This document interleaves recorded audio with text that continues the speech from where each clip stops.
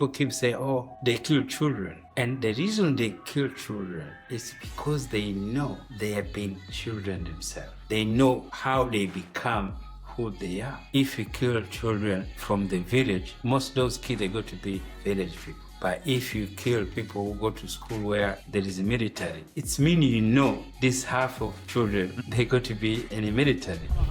Missile likely destroyed that Iranian girls' school. So will the U.S. accept any responsibility? Well, I haven't seen it. When I see the name, I already can imagine who I'm talking to. So if I see a Michelle, then when she picks up, it sounds like a white person. If I see Ibrahim, I expect an Arab person. The Indian ones, when you see Ravishka, you already know I'm going to be talking to an Indian person. And 10 times out of 10, it's an Indian person. Yeah. Can we reclaim our name?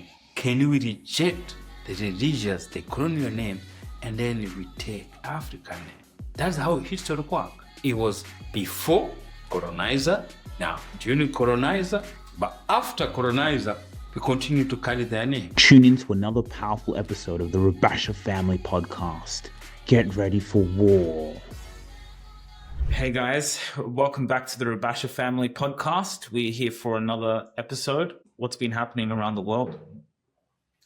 Yeah, and as I said, always what's happening around the world, every time it's live. Life has to happening every single day. People think war is not life. No, war is life. There have been war after war. People make money from war. People die from war. People lose their property after war. People lose their relative. People lose their friend. The infrastructure lose. So who created the war? Is another mind. Why somebody's mind create war to another mind is because he's thinking his mind is more superior than him. But the mind never been superior. You try to be superiority by killing, by destruction. So that's called superiority. America say we are power. There's no superpower. So the superpower is to kill people or to destroy it. But nothing else you can do. And that is why it's part of the life. No matter how people you be killed, also be killed yourself. No matter how destruction you go to create, the destruction is going to be rebuilt.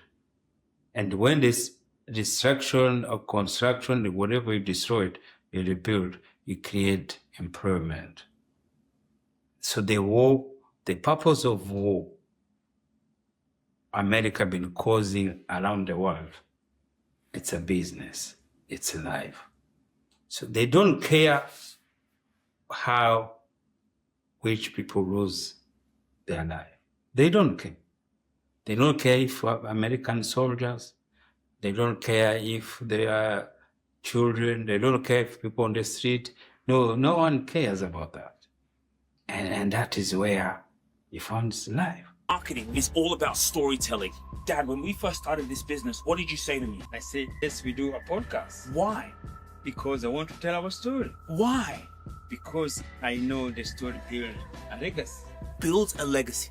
And that is exactly what we do here at ETS Rubasha Media. We market your story on social media so you could build a legacy for those who come after you, to build your business and your personal brand. Yeah, follow us on our platform. Go on our website, etsrubashamedia.com. This is about legacy, and it is about showing up on social media every single day, because if you don't show up, your competition will. So there's something people keep saying, oh, they kill children. When they kill children, they know. And the reason they kill children is because they know they have been children themselves. So, and they know how they become who they are because they are children. And they are targeted the children they kill. So if you kill children from the village, so most of those kids are going to be village people. But if you kill people who go to school where there is a military. So it's meaning, this half of children, they got to be in a military. And if you kill children who been raised where they call it terrorism or anything there, it's because, at least half of those children, they could be in that category. So that is why they attacked them. They attacked them on purpose or nothing there. And that is why the world went etc. because the white community, they live in fear. So the fear they live in is the fear they know their population is going to go maybe down compare other community there. Now what do? So they have to kill to reduce other population to go down. That's what the world we are in now. Wow, that's actually fascinating when you think about it. Yes. So the war is a business, it's a global market. We have to feel sorry the people who pass away in the war, the people who lose their family, because sometimes when we discuss about the war, and if you lose your relative, and then somebody say about war, it's a life, people get angry. But see, we get angry because death is a part of life. People think that is different from life. No, they always go together. There's life, and the death, and the end is going to be death. But the problem is how we go to die. No one knows. Wherever you sit here, whatever you do with it, whatever powerful you are, is the same journey. Yeah. So when you die, no matter which way, so that's why I say, and the cultures, see, when a Muslim die, they don't take long to bury them because it's just quick, because how they're doing it, and which is easy.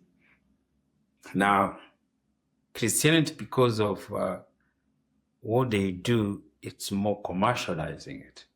So they take longer to bury. Yeah. So when you remember the history, when the Queen of England, when he died, they took like 2 weeks to bury her. So they bring people everywhere around the world. So it was just more commercializing that, to show how powerful it is, to bring everybody in the world to be able to participate in that. The cost to bury Queen was so high level. So that is how they were. But to bury a Muslim, no matter how rich she is, simple. You see, we saw the other day the leader of Iran will be killed. But they bury him simple, complete. It doesn't matter which cause is there. They simple is there. And there's a Kenyan pastor. See, Kenya is an African country. It's the most struggling country, economy and everywhere. It was a bishop. Do you know the cost his burial? How much? 14 million Kenya shillings. I don't know how much, maybe it's 140,000 US dollars. How come that Christianity, you bury somebody and that they are that kind You spend money. Yes. You Spend money on the death and then to send the money on the living. on the living. Yeah. That's what Muslims, they know that secret.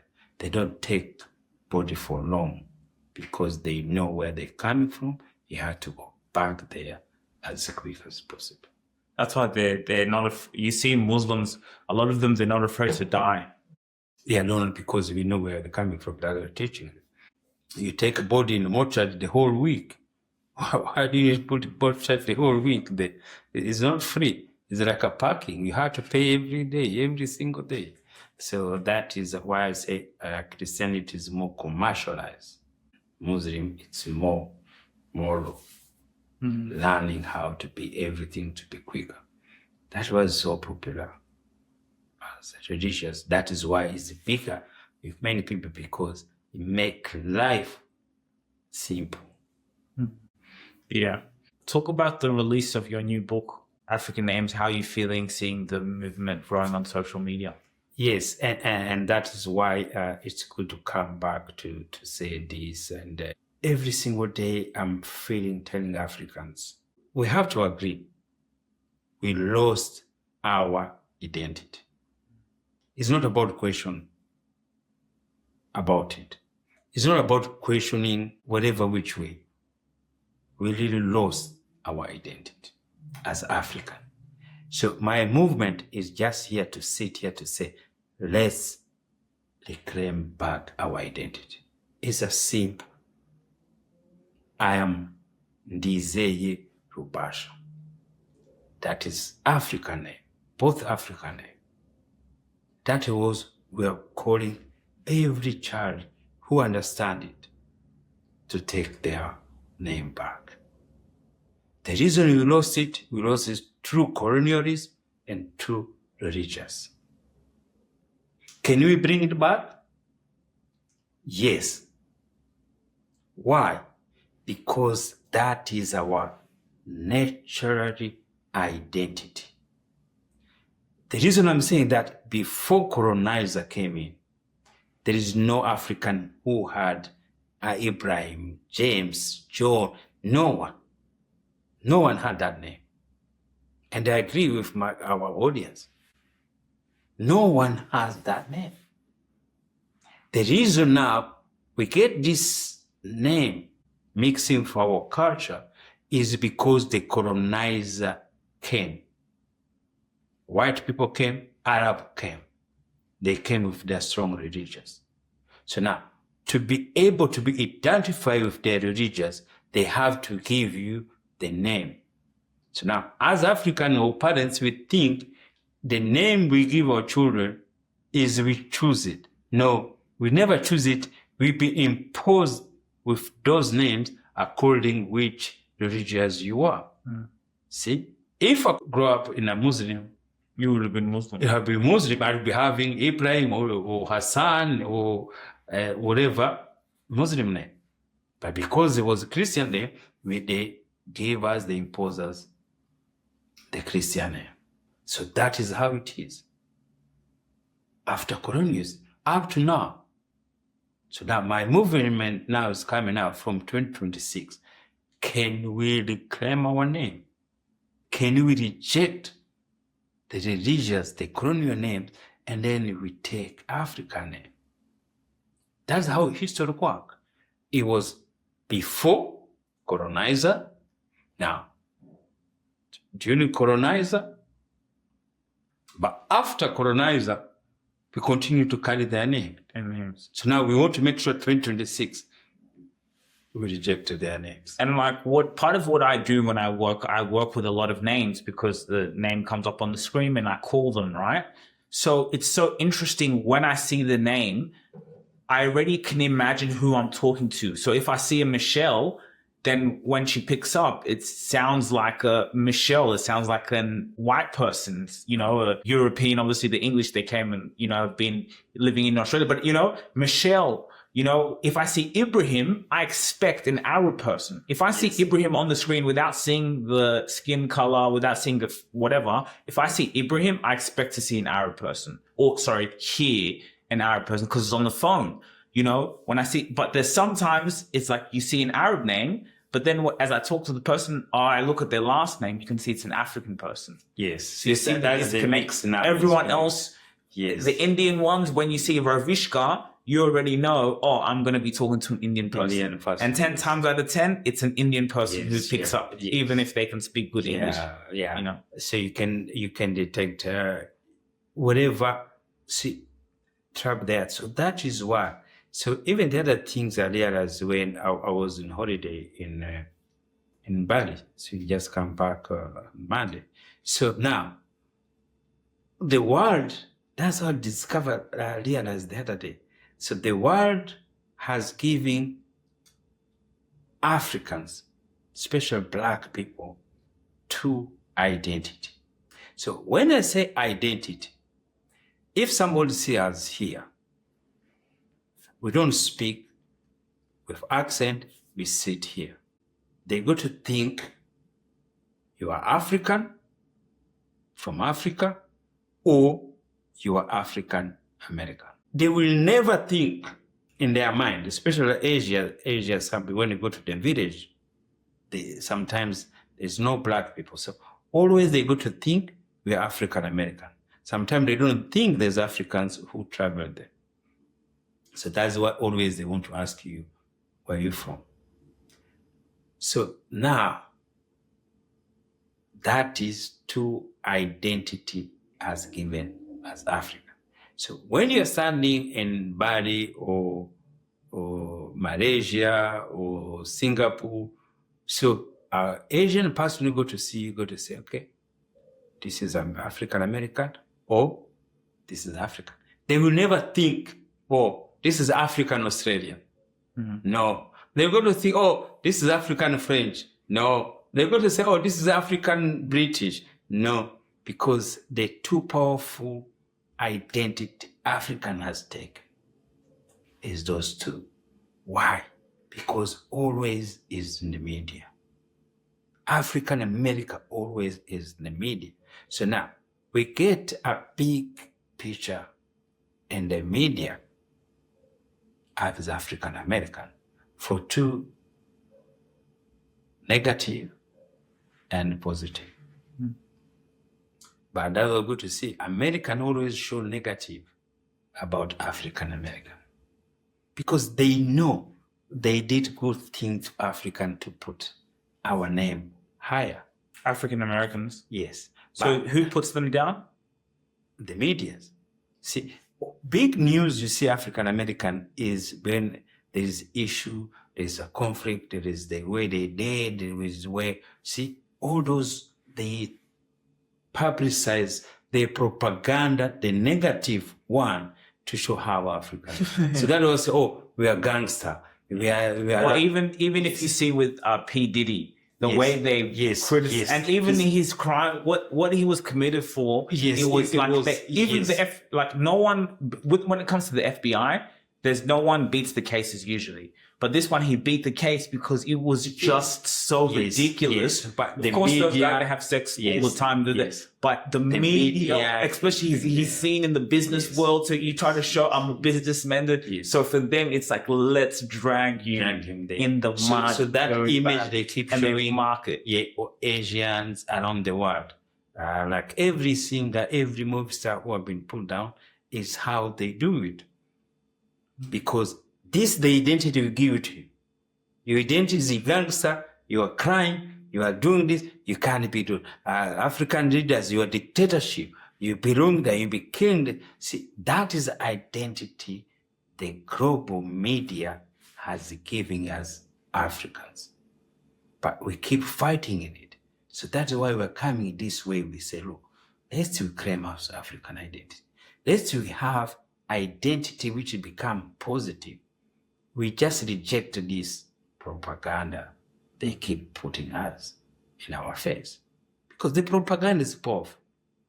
That is why every African children who come from Africa, he want to be a gangster. Because it's what they show African American, they are gangsters. They don't show African American who are educated, who are doing good. They show the musician, they show the player, they show thinking there. But anything negative shows, this is how we are. Like So that's why you go to Asia and they say, oh, gangster. They go to see, maybe even you went to school, see, when you're African, always have to be compare yourself with gangster. But they always make jokes. They make jokes about because of what they Yes. see in the what they media. see in the media, because that is American propaganda. So I'm thinking Americans, white, they regretting why they take slave in America. Why? Yeah, because they made another African identity in high scale, in high level. But I think they're still winning though. They get to benefit from that also. That's why they merged the sports together. That's why there used to be a basketball league with no African players, but then they're like, wait a minute, this is boring. Like we need That's to what make I'm saying. money. That's why. So they benefit making from that. money is they're regretting. But why regretting it when they're benefiting from them? Yes, the one who benefit is the global market, not everybody.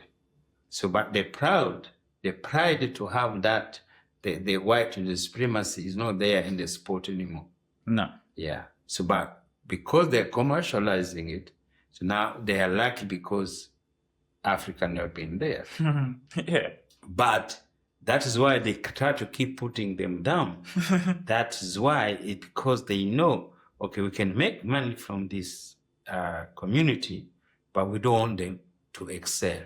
We don't want them to be better than us. We have always to keep monitoring them, the way they grow, the way they do thinking there. So the system is there. But again, can even bring this identity change? No one knows, but identity is powerful. Identity will be given with the propaganda, the media. It's negative toward us. But also, how do we take it? That's how life is. Life is a positive and negative.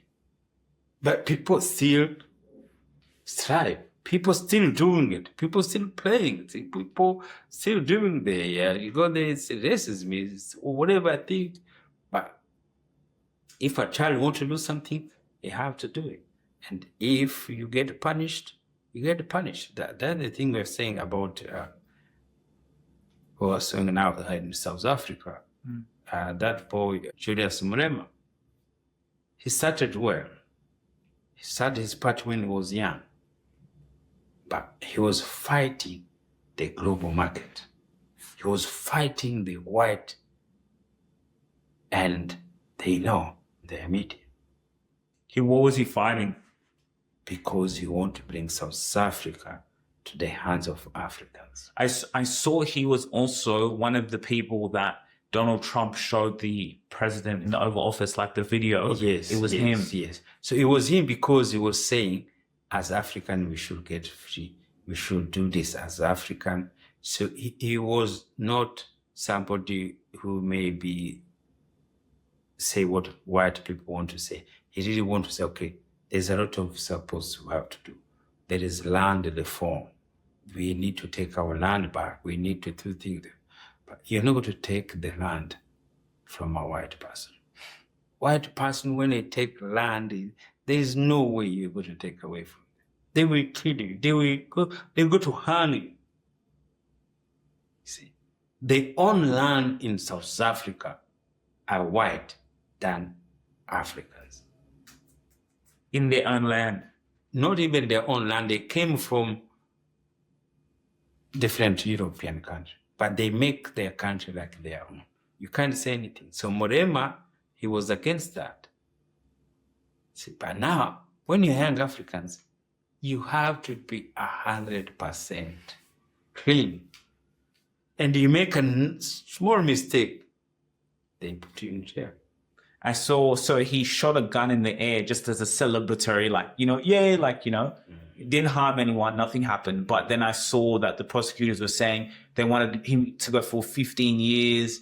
They're proposing 5 years. He's on appeal saying, it could have harmed children, people walking around. Here's an example, So, and then it said when you're running for office or something, if you're convicted for more than 5 years, you can't or something. Be the president. You can't be. So it looks like, they're trying to give him that 5 years? Yes. So he can't. Because he was going to be leader. The way he started, if he continued, he was going to be the leader. So, but is that the discipline he needed?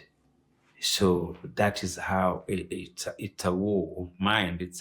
Everything has to be worked that way, and that is why it's why it is.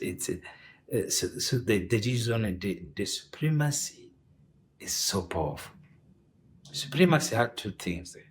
The religious belief, that is the first things make this war keep coming. Yeah. We have power than you. You should do what we say.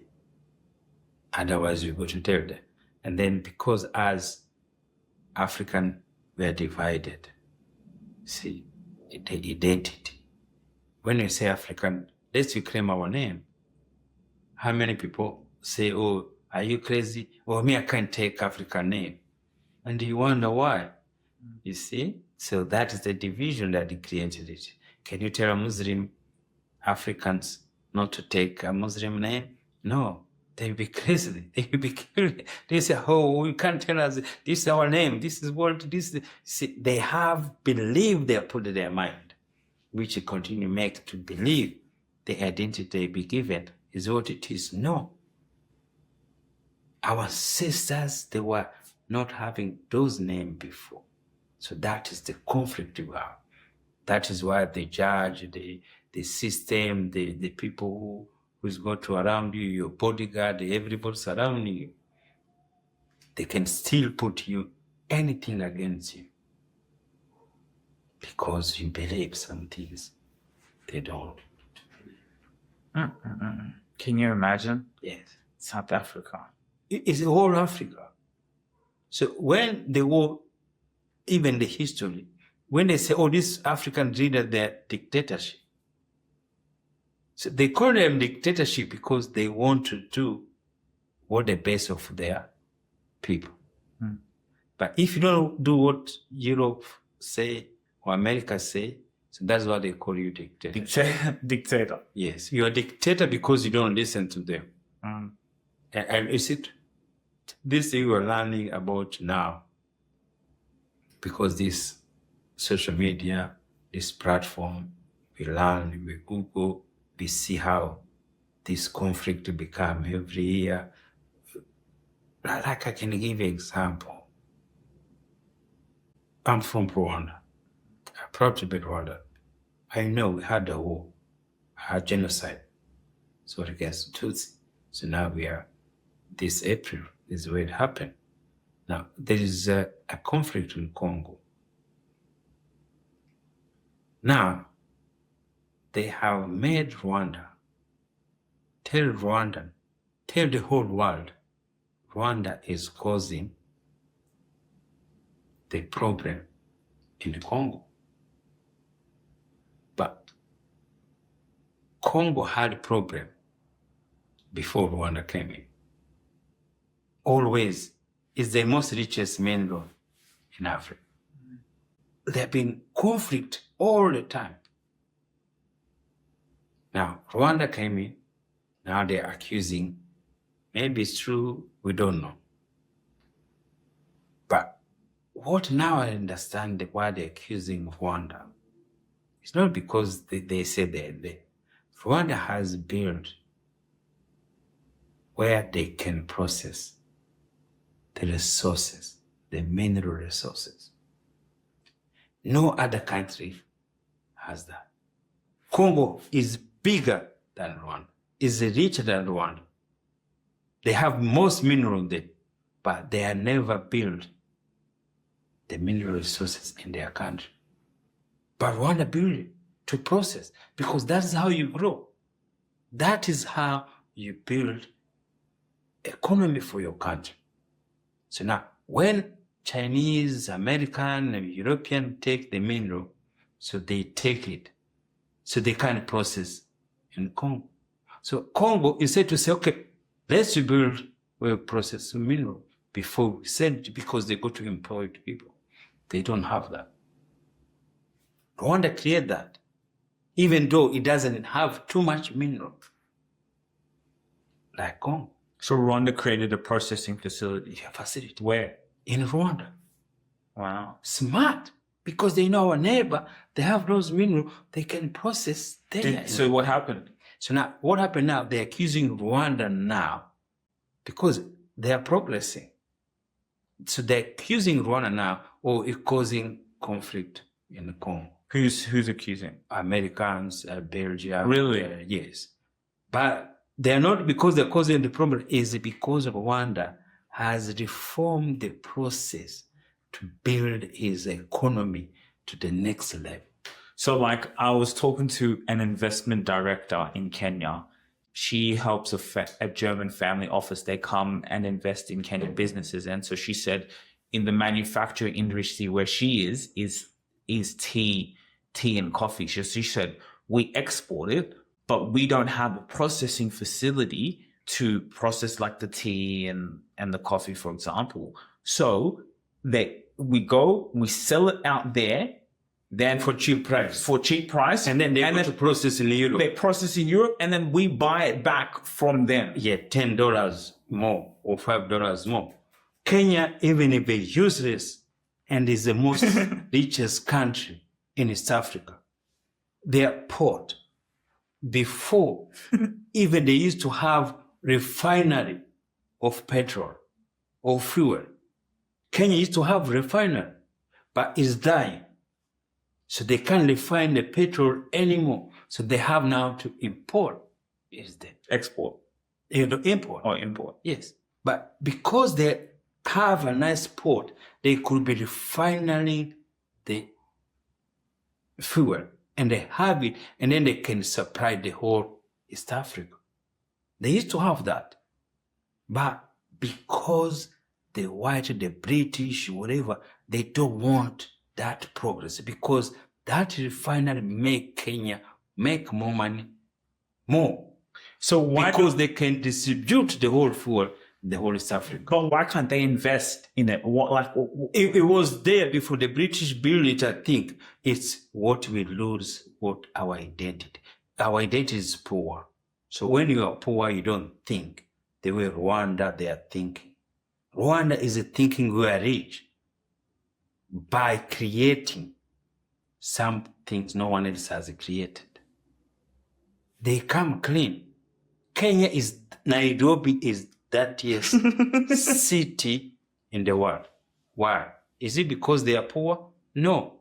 Is it because they don't have money? No. They are most richest city in the world. in Africa? In Africa. It is dirty. But the mentality, it means they are poor. So that is why they do that. Refinery was there and shut down. Imagine, how can that be? They have people who are intellectual, they have people who have been working there, they have PhD people, but all those people, who they are working for? They are working colonizer. The British, they don't want them to be in that level. And the other day they used to say, oh, when the British were here, Nairobi was clean, is what they say. Okay, so what may now be that now? Is it because African they are there? Is it because our identity had to be dirty? Is what it is? Now, can Nairobi now become a city with cleanness? Can they change from the dirtiness, the way the British left it, they come to become clean like that? Why? Poor mind. Rwanda changed to become the cleanest city in Africa. Now even the world. It's not because they are more expensive, they have more money. No. They changed their belief. They changed their identity. That is why we are here to say identity is powerful than anything else. If you think you are poor, you're going to maintain your poor. If you think you are dirty, you're going to make it dirty yourself, you say today. Nairobi we're Gen Zs, or we are democratic, we have freedom of speech. How come you have freedom of speech and your street is stinking? There's nothing to be done on the side of the road. Nothing to be done. What kind of freedom of speech they have? Because they've been distracted to think, to insult a politician, to do this, to say whatever you're free to say. But you forgot to see what is around you every single day. In Nairobi, when you go for walk, remember where we have the apartment. Everything, nothing's to be done. Everything It's halfway done. it's halfway done. And the thing they're stinking, the water is dirty. Because they think that is how it is. They think, oh, we can't change. No, how we are poor, that's how it should be. Is it like that? And they say, oh, when the British were here, it used to be nice. It used to be clean. It used to be free. Oh, what is kind of thing there. So it's in- mentality to change our identity. In Rwanda, they changed their. Was there a change? One, yes, you change your identity. You can't put rubbish on the street. The rubbish, when they build the places, it's clean. Rwanda, when they're marketing, visit Rwanda on a huge Premier League in the world. Why is that? To show, no, we're not poor. When they started, they say, oh, you should use that money to do something else. You should not marketing. But Rwanda say, no, we're not poor anymore. Even if we are poor, whatever you call us, but we should make to come out of poverty by marketing ourselves. That is everybody should do. Every company market. Why? Because you make money when you market, but you have to spend money. They marketing in EPL for 4-5 years, I think, for Arsenal. Do you think they get that money back? Yes, they did. Now they're in Europe, PSG, Bayern Munich, and the Atletico Madrid. Now they're in the US, LA Clippers. They have visited Rwanda because they opened their mind. Because they say, no, this is our identity we want to be there. We want to put our name there internationally. That's what you do. Rwanda doesn't have men athletics. We have soccer players, they're struggling, they do thinking there, But they change. It's in the mind. That is why we are here. And I am really proud because also my change is just getting there. Change our name, change our identity. Because so powerful. There's no way you should be African, you have Michelle or James or thing. The way we say Eve, and you see, we're still struggling to remove those names. But you got to see it's going to be there. So that was when you bring this movement to declare, is to make action. So this action had to be individual thinking, individual goals, individual action to take this action to change your identity. The identity is not just a name. It's everything people say who you are. Or you are a nigger, or you are poor, you are uneducated. All those, the identity they give to They us. give to us. Yes. I look those people here, white people who say and they look at them, you do think you have a better life than them, but they see give you those identity in the world. It's crazy, like when I think in school, all the names they used to give us, all the things about black people, it would actually become my identity because they would say it to me, then I would think that's who I am. It even now plays a trick on you. Yes. Is it because it's mind and it's a systematic white. They do it on purpose. Especially British. So, you are lucky to be here. So what does it mean to be lucky to be here? Because they usually think we're... And they don't know where you're coming from. They don't know your life. They don't even have to talk to you. So because they see your image, they say, oh, you are lucky to be here. Everybody's lucky to live. Or even to go to the school that we went to, it's like, it's unfathomable that a black person can afford. So it's like your identity is poor. Yes. Like, how are you here? Yeah, why are you here? Why should you be here? So it's the same. They've given us an identity that we're poor. Yes. And then we have been accepted it too. You know what? I feel that's so true. I feel we've It's also true. accepted it. Yes. Like, I feel like if I go out in public and I'm around other people, if let's say my card can get declined or something, there's a back conscious like people will look at me like, oh, he's poor. Yes. Like, poor. He has a problem. He's a scam. He didn't have money. See? Because that is the thinking. So that is been why Asian, they keep taking that as the thing, oh, we are better than African. Even Arabs is the same. See? It will become the third lowest ground. But always you have to know in real life, we are in the top competition. Everybody competing for Africans. Everybody. So that level where it is thinking there, it's a attraction, has both positive and negative. But we have now, I realized, to come to now to inspire. And my inspiration had to start with your identity. Yeah. I go to have a coffee. What is your name? Sometimes I say Rubasha. How do you be Rubasha? And then the girls look, full of skin cappuccino.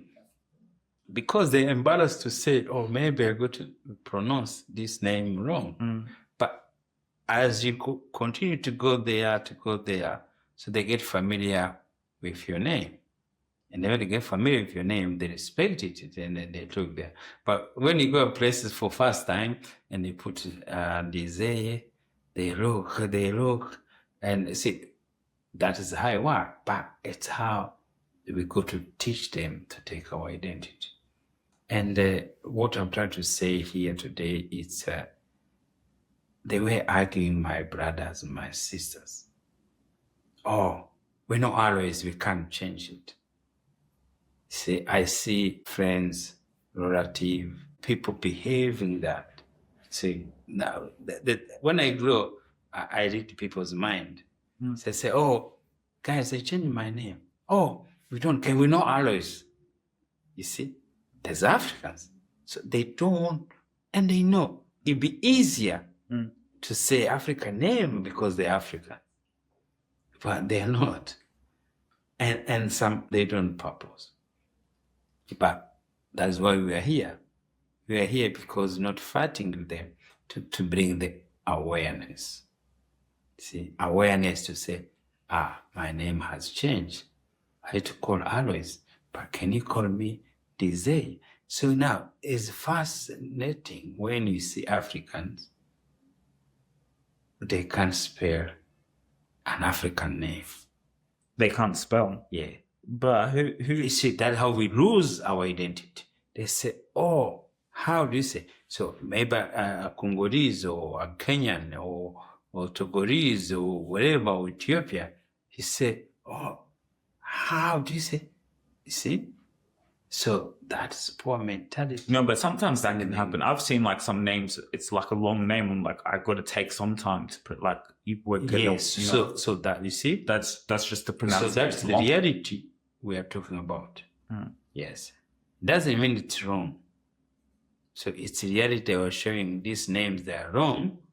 That's why they change our name. See, nice. When the missionary came to Africa, they said, we can't be saying these names. They are too long. Let's we change them. We give our name to be shorter. They should have told us, okay, even you shorten your name, but become African name. That is what we're going to do. That is the creation we're going to have. If my name is Ndizeye, can I shorten it, say, Ndize? Ndize? Instead of putting Ndizeye, see? Ndeye, Ndey. Can we shorten? Can we make those short names? Can we make our name with the education we have been given? And from our ancestors, the way they've been put there, can we make it now in a modern era? That is what we should start doing. So our movement is to change 2026 to say Africa need to have their name. Let the people who are dealing with culture, who are educated, who went to study everywhere the culture, let's go take our name. Let's educate. Let's make them easy to pronounce. Let's make it shorten, but with meaning. We don't need to take other people's names. So because ours is too long, we can't spell it. No. I'm walking proudly because somebody has to spell my name. It doesn't matter who it is. And I realize Australia, that is why I'm happy to be in this country, because they recognize who you are. They call multicultural, but multicultural, you have you to present it to yourself. Not somebody have to think what is going to be. Multicultural means I'm African. They know to be African, you have an African name. They know they should learn to spell your name because you're African. It doesn't mean you have to change your name to be able to fit them. No, that's the freedom Australia have. There is no other place you could have the freedom like Australia they have. But we don't know yet until you're experiencing it. Yeah, there you go. Make sure you guys like, share, subscribe. More episodes on the way, and we'll see you on the next one. Hey, what's wrong? Bro, I'm stressed out. I'm running my business. I've got to serve my customers, but I need more customers coming in. I can't keep relying on word of mouth. Why don't you just use ETS Rubasha Media? Who?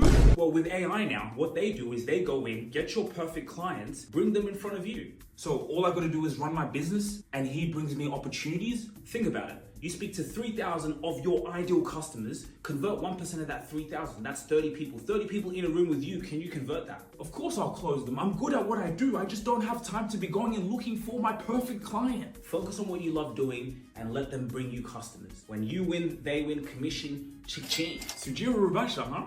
Yeah, Sujira Rubasha. Go and Google them, man. Come on, take it to the bank. If you really enjoyed this video, make sure to click here, and I'm sure you're going to love that one.